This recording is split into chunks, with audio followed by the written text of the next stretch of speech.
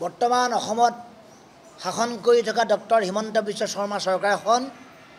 অসমৰ SC আৰু ST বিৰোধী চৰকাৰ অৰ্থাৎ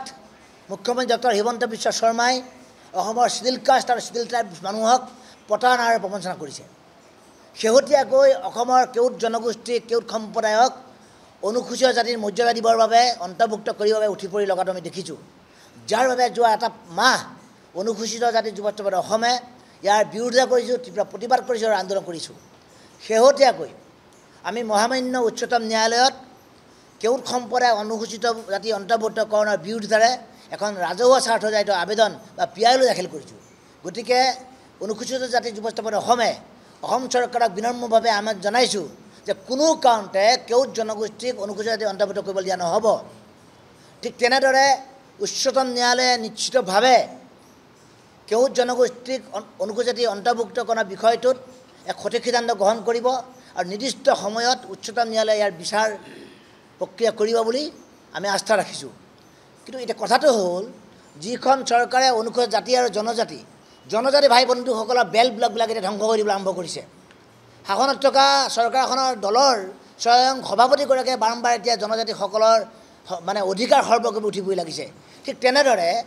গ্ৰামোন্নয়ন মন্ত্ৰী ৰঞ্জিত দাস ডাঙৰীয়াই কেউট জনগোষ্ঠীৰ প্ৰতিনিধি বুলি নিজকে জাহিৰ কৰিছে আৰু কেউট জনগোষ্ঠীৰ মুখপাত্ৰৰ দৰে তেখেতে কথা বতৰা ক'বলৈ আৰম্ভ কৰিছে তেওঁ বাৰম্বাৰ কৈ আছে যে কেউট জনগোষ্ঠীক অনুসূচীভুক্তকৰণ কৰা হ'ব 7.50% এটা নামমাত্ৰ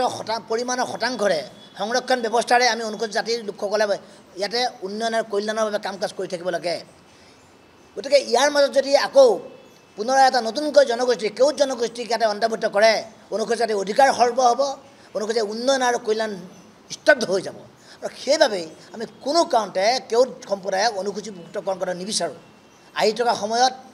বিগত সময়ৰ দৰে তীব্ৰ প্ৰতিবাদ হ'ব আন্দোলন হ'ব